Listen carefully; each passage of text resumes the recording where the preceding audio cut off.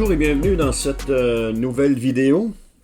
Nous continuons la série sur les deux témoins qui sont une image de l'Église du Seigneur Jésus pendant la période des tribulations. Et le titre du message, comme vous l'avez vu en introduction, est « Les deux témoins, les oliviers et les chandeliers de Dieu ».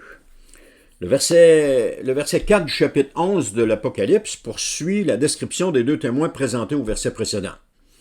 Et dans ce passage, les témoins sont symboliquement décrits comme deux oliviers et deux chandeliers. Et cette imagerie est empruntée à l'Ancien Testament, plus précisément à la vision de Zacharie, et elle renforce l'importance prophétique et spirituelle de leur ministère. Les oliviers et les chandeliers représentent à la fois la lumière de Dieu et la puissance de l'Esprit Saint qui alimentent leur témoignage. Et ce verset révèle l'identité spirituelle des deux témoins et souligne leur rôle essentiel dans le plan divin pour la fin des temps. Alors lisons le passage d'Apocalypse 11, verset 4, qui dit « Ce sont les deux oliviers et les deux chandeliers qui se tiennent devant le Seigneur de la terre. » Alors, le symbole des deux oliviers est directement emprunté à la vision de Zacharie, chapitre 4, versets 2 à 6, qui mentionne « Il me demanda, que vois-tu? Je répondis, je vois un chandelier, tout en or, muni à la partie supérieure d'un réservoir.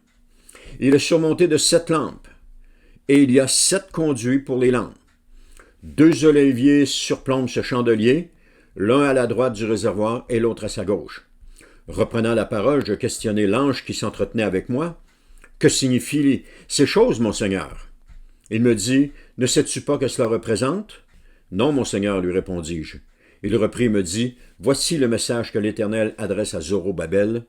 Cette œuvre, vous ne l'accomplirez ni par votre bravoure, ni par la force, mais par mon esprit, le Seigneur des armées célestes le déclare. » Alors nous voyons que les deux oliviers se tiennent de part et d'autre du chandelier, alimentant celui-ci en huile. Et parce que les deux oliviers, c'est ça, se tiennent de chaque côté, et c'est les oliviers qui alimentent le chandelier en huile. Et dans le contexte de Zacharie, ces oliviers représentent Zorobabel et Josué, qui sont deux leaders du retour de l'exil, qui symbolisent la puissance de Dieu à travers ses serviteurs. Et c'est là que Dieu va leur dire, cette œuvre, en parlant à Zorobabel puis à Josué, cette œuvre, vous ne l'accomplirez ni par votre bravoure, ni par votre force, mais par mon esprit, le Seigneur des armées célestes le déclare. Donc, Dieu est en train de leur faire une promesse, comme quoi il va être avec eux, et que c'est pas par leur force que ça va s'accomplir, mais c'est par l'Esprit de Dieu qui va agir à travers eux. Et de la même manière, dans Apocalypse 11.4, les oliviers représentent la source d'onction spirituelle et la puissance de l'Esprit qui alimente le ministère des témoins préfigurant l'Église. Alors, l'huile d'olive est souvent utilisée dans les Écritures pour représenter l'Esprit Saint. Le fait que ces deux témoins soient identifiés comme des oliviers suggère qu'ils sont oints et soutenus par la puissance de l'Esprit de Dieu. N'est-ce pas une belle image de l'Église qui, lorsqu'elle est active dans son témoignage, est soutenue par la puissance de l'Esprit de Dieu? C'est ce qu'on a vu avec l'Église des premiers apôtres. Soutenue par l'Esprit de Dieu, elle avançait avec force. Elle avait la force de Dieu en elle. C'est vraiment une belle image de cela. Leur capacité à témoigner de manière puissante dans les temps de tribulation vient directement de l'Esprit Saint qui agit à travers eux. Comme Zacharie l'a déclaré, ce n'est ni par la puissance ni par la force, mais par mon esprit, dit l'Éternel. Alors l'œuvre de l'Église dans les derniers temps se fera par l'Esprit de Dieu à travers l'Église. Et comme j'ai dit dans la première vidéo, 2 témoins seuls ne peuvent pas couvrir toute la terre. Pour couvrir toute la terre, ça prend l'Église du Seigneur Jésus. C'est la seule qui peut couvrir toute la terre avec le témoignage puissant, accompagné du Saint-Esprit, pour annoncer l'Évangile, l'espérance et la repentance. C'est la seule. Les 2 témoins sont limités à 1 ou maximum 2 endroits. mais ils sont limités à un seul endroit, si on les prend de façon littérale, parce que ça serait littéralement dans la grande ville qui est Jérusalem. Alors, ça serait juste à Jérusalem. Alors là, ils vont dire, oui, oui, mais il y a des caméras qui vont... Mais pensez-vous que les caméras vont couvrir cet événement-là de deux hommes qui témoignent du nom de Jésus dans une ville? Ça fait pas de sens. En tout cas, c'est pas logique. Maintenant, les chandeliers sont déjà interprétés dans Apocalypse, chapitre 1, verset 20, comme représentant les églises. On a un bon point ici, là. Les deux témoins sont représentés comme étant les chandeliers, et dans Apocalypse 1, 20, ils représentent les églises. Les chandeliers sont déjà interprétés dans Apocalypse 1, chapitre 1, verset 20, comme représentant les églises. On a déjà un bon point ici qui nous démontre que les deux témoins sont l'Église. Parce que les deux témoins sont représentés comme étant les deux chandeliers. Et dans Zacharie, et dans Apocalypse, on voit que les chandeliers représentent les Églises. Donc on voit beaucoup plus, ça fait beaucoup plus de sens que les deux témoins soient l'Église qui évangélise sur toute la terre. Alors Apocalypse 1.20 nous dit, « Mais d'abord, voici quel est le secret des 7 étoiles que tu as vues dans ma main droite et des 7 chandeliers d'or. Les 7 étoiles, ce sont les anges des 7 églises, et les 7 chandeliers, les 7 églises. » Alors, les deux témoins sont représentés dans Zacharie comme étant les chandeliers, et ici dans Apocalypse, comme je vous ai dit, nous venons de voir que les chandeliers sont l'Église. Donc, on peut en déduire que les deux témoins d'Apocalypse 11 préfigurent, selon moi, l'Église. Les chandeliers, qui sont l'Église, sont les porteurs de lumière, symbolisant la vérité de Dieu qui brille dans les ténèbres de ce monde. Les deux témoins sont ici décrits comme des chandeliers qui signifient qu'ils portent la lumière de la révélation divine dans une époque d'apostasie et de jugement. Ils sont les porte-flambeaux de la vérité de Dieu dans une période où les ténèbres spirituelles dominent le monde. Comme on voit dans Jean 1,5, la lumière brille dans les ténèbres et les ténèbres ne l'ont pas étouffée. Donc la lumière va briller à travers l'Église dans ces temps de tribulation, mais les ténèbres ne pourront pas l'étouffer. On va le voir dans la 4, je pense, cette définition-là. Alors le rôle de ces deux témoins est de proclamer la lumière de Dieu dans un contexte ténèbre. Tout comme Christ est appelé à appeler ses disciples à être la lumière du monde. On voit ça dans Matthieu 5,14. Il dit, vous êtes la lumière du monde. Une ville au sommet d'une colline n'échappe pas au regard.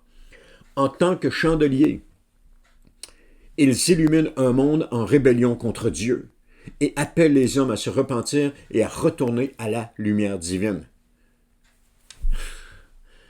N'est-ce pas le rôle de l'Église aujourd'hui de briller, de proclamer la vérité de la parole de Dieu? Alors le fait que ces témoins se tiennent devant le Seigneur de la terre souligne leur soumission et leur mission divine. Ils ne parlent pas de leur propre autorité, mais sous l'autorité de Dieu. Leurs paroles et leurs actions sont directement mandatées par Dieu. Et leur position devant le Seigneur reflète leur rôle prophétique. Un rôle qui est similaire à celui des prophètes de l'Ancien Testament qui se tenaient devant Dieu pour délivrer son message.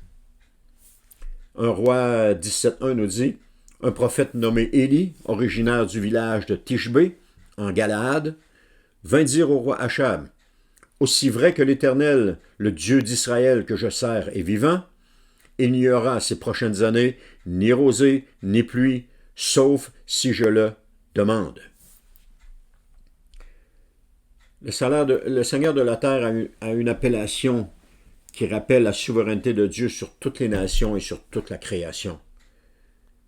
Et ces témoins sont donc investis de l'autorité divine pour accomplir leur mission dans une période de tribulation mondiale. Leur témoignage n'est pas limité à une région ou à un peuple spécifique comme c'était dans le passé, mais il concerne toute la terre. Je dis comme c'était dans le passé, c'est que les prophètes que Dieu envoyait à Israël, c'était pour le peuple d'Israël seulement, la terre d'Israël. Tandis que là, les prophètes ne sont pas limités à une région, mais ils sont envoyés à... Ça concerne toute la terre. Qui d'autre couvre l'ensemble de la terre si ce n'est l'Église du Seigneur Jésus? Parce que nous savons que l'Église aujourd'hui n'est pas un bâtiment, n'est pas un groupe de personnes spécifiques à un endroit. L'Église du Seigneur Jésus, ce sont tous les croyants nés de nouveau, et ça inclut les Juifs qui ont cru en Jésus, le Messie. C'est l'Église du Seigneur Jésus. Et cette Église du Seigneur Jésus couvre toute la terre. Maintenant, le fait que les deux témoins soient représentés à la fois comme des oliviers, donc une source d'onction, et des chandeliers, donc une source de lumière, montre que leur ministère est soutenu par la puissance de l'Esprit Saint. Alors, tout comme les oliviers fournissent l'huile nécessaire pour maintenir la flamme des chandeliers, l'Esprit Saint est la source de la puissance qui permet à ces témoins de proclamer la vérité de Dieu dans des temps difficiles. Ce passage montre que leur témoignage n'est pas le fruit d'efforts humains, mais de l'œuvre de Dieu à travers eux. Le fait que les témoins soient des chandeliers montre leur rôle essentiel dans une époque marquée par l'apostasie et la rébellion. C'est à ce moment-là qu'ils vont témoigner de Dieu. Alors, tout comme l'Église est appelée à être la lumière du monde, ces témoins sont des porteurs de la lumière divine dans une période de jugement. Ils proclament la vérité de Dieu face aux ténèbres spirituelles qui enveloppent la terre. Et je vais faire une parenthèse ici. On nous parle d'un grand réveil mondial où les gens vont entrer par centaines de milliers dans l'Église. Je ne suis pas convaincu de cela parce que nous nous dirigeons vers une période d'apostasie et non pas vers une période de réveil. Et le monde qui nous entoure avance tranquillement dans le monde, dans l'apostasie, de même que bien des églises aussi embarquent dans ce mouvement d'apostasie. Donc, c'est pour ça que l'image des deux témoins ou de l'Église témoignant de Jésus est tellement importante pour que les gens reviennent à Jésus. Mais je ne crois pas, je doute fort qu'il y ait un réveil mondial. C'est une autre affaire qui ne fait pas de sens non plus, là. Alors là, leur rôle rappelle la mission de l'Église à proclamer l'Évangile, même dans les contextes les plus hostiles, en éclairant les âmes qui viennent dans les ténèbres. L'Église, la première Église, l'Église fondée par les apôtres, a témoigné dans des temps tellement hostiles, alors qu'ils avaient la persécution. Ils ont continué de témoigner au risque de leur vie, même à mourir pour le Seigneur Jésus dans ces temps de persécution. Ils témoignaient de Dieu avec force. Et c'est dans Éphésiens 5,8 qu'il nous dit « Autrefois, certes, vous apparteniez aux ténèbres, mais à présent, par votre union avec le Seigneur, vous appartenez à la lumière. Comportez-vous donc comme des enfants de lumière. » Il est donc important de réaliser notre rôle en tant qu'Église comme étant des enfants de lumière. Alors le fait que les témoins se tiennent devant le Seigneur de la terre souligne que leur autorité vient directement de Dieu. Elle ne vient pas de l'initiative de quiconque, de quelques hommes que ce soit. Elle vient directement de Dieu. Parce que pour affronter un monde hostile pendant la période des tribulations, ça prend l'onction de Dieu. Comme les apôtres ont affronté le monde hostile de leur époque, ça prenait l'onction de Dieu. C'est la même chose qui s'en vient, ça va prendre l'onction de Dieu. La puissance du Saint-Esprit qui est donnée n'est pas donnée pour qu'on se fasse du bien puis du plaisir entre nous dans les murs de l'Église. Elle est donnée pour que le nom de Jésus soit témoigné aux nations. C'est pour ça la puissance du Saint-Esprit. Maintenant, ils ne sont pas seulement des prophètes humains, mais des instruments divinement mandatés pour accomplir un rôle spécifique dans le plan de Dieu. Et leur position devant le Seigneur montre leur soumission totale à la volonté divine et la souveraineté de Dieu dans le déroulement des événements eschatologiques. Donc, les leçons que nous pouvons tirer de ce passage. La première leçon, c'est la nécessité de l'onction divine pour témoigner. Les croyants aujourd'hui doivent comprendre que tout comme les deux témoins, notre témoignage ne peut être efficace qu'à travers l'onction de l'Esprit Saint. Et si on ne croit pas à l'onction de l'Esprit Saint, ça va être difficile d'avoir un témoignage efficace. Ou en tout cas, il va peut-être avoir un témoignage, mais il va être purement humain. Il ne s'agit pas simplement de témoigner avec nos propres forces, mais de permettre à l'Esprit de Dieu de nous guider, de nous fortifier dans notre mission. Jésus a dit à ses disciples de ne pas commencer leur ministère avant de recevoir la puissance de l'Esprit Saint. On voit ça dans Luc 24, 49 qui nous dit « Quant à moi, c'est Jésus qui parle, j'enverrai bientôt sur vous ce que mon Père a promis. Vous donc restez ici dans cette ville jusqu'à ce que vous soyez revêtus de la puissance d'en haut. » Et c'est exactement ce qui s'est passé. Ils sont restés à Jérusalem jusqu'à ce que la puissance d'en haut leur soit envoyée. Et quand la puissance d'en haut leur a été envoyée, ils n'étaient plus les mêmes. Un Pierre qui avait renié Jésus par 3 fois, qui s'était écroulé devant l'accusation des gens, se tient maintenant debout en train de témoigner du nom de Jésus.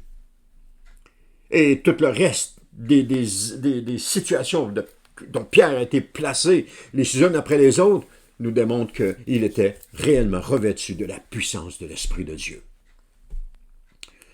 Alors, de même, nous devons dépendre de cette puissance pour porter la lumière dans un monde perdu. Le deuxième point, la deuxième leçon à retenir, c'est être des chandeliers dans un monde de ténèbres. Ce passage nous rappelle notre rôle en tant que chandelier dans ce monde ou en tant que lumière dans ce monde. Nous sommes appelés à refléter la lumière de Christ et à proclamer la vérité de Dieu même dans les temps de tribulation et de persécution. Alors, tout comme les deux témoins sont des chandeliers qui éclairent les ténèbres spirituelles, nous devons être des témoins de la vérité dans un monde qui a rejeté Dieu. Et cela exige du courage, de la persévérance et une fidélité constante à la parole de Dieu. Le troisième point, la troisième leçon à retenir, c'est l'autorité spirituelle sous la souveraineté de Dieu. Le fait que les témoins devant le Seigneur de la terre montrent que notre mission spirituelle dépend entièrement de Dieu. Nous ne sommes pas les auteurs de notre propre mission. Nous ne nous envoyons pas nous-mêmes en mission. C'est le Seigneur qui nous envoie en mission, parce que nous sommes des serviteurs soumis à son autorité. Et cette soumission à la volonté de Dieu est un critère crucial pour tout ministère efficace. Et notre rôle est de suivre les directives de Dieu et de lui faire confiance pour nous diriger dans notre mission, sachant qu'il est souverain sur toute la terre et qu'il contrôle l'issue de tous les événements. En conclusion, Apocalypse 11.4 présente les deux témoins comme des oliviers et des chandeliers.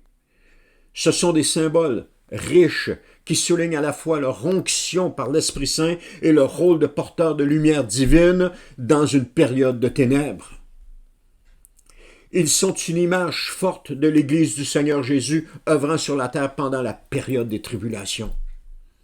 Et ce passage montre que leur mission prophétique est soutenue par la puissance de Dieu et qu'ils se tiennent devant lui.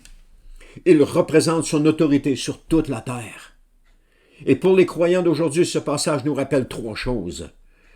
À dépendre de l'Esprit Saint pour notre témoignage, à être des lumières dans un monde plongé dans les ténèbres, à rester soumis à la souveraineté de Dieu dans tout ce que nous entreprenons.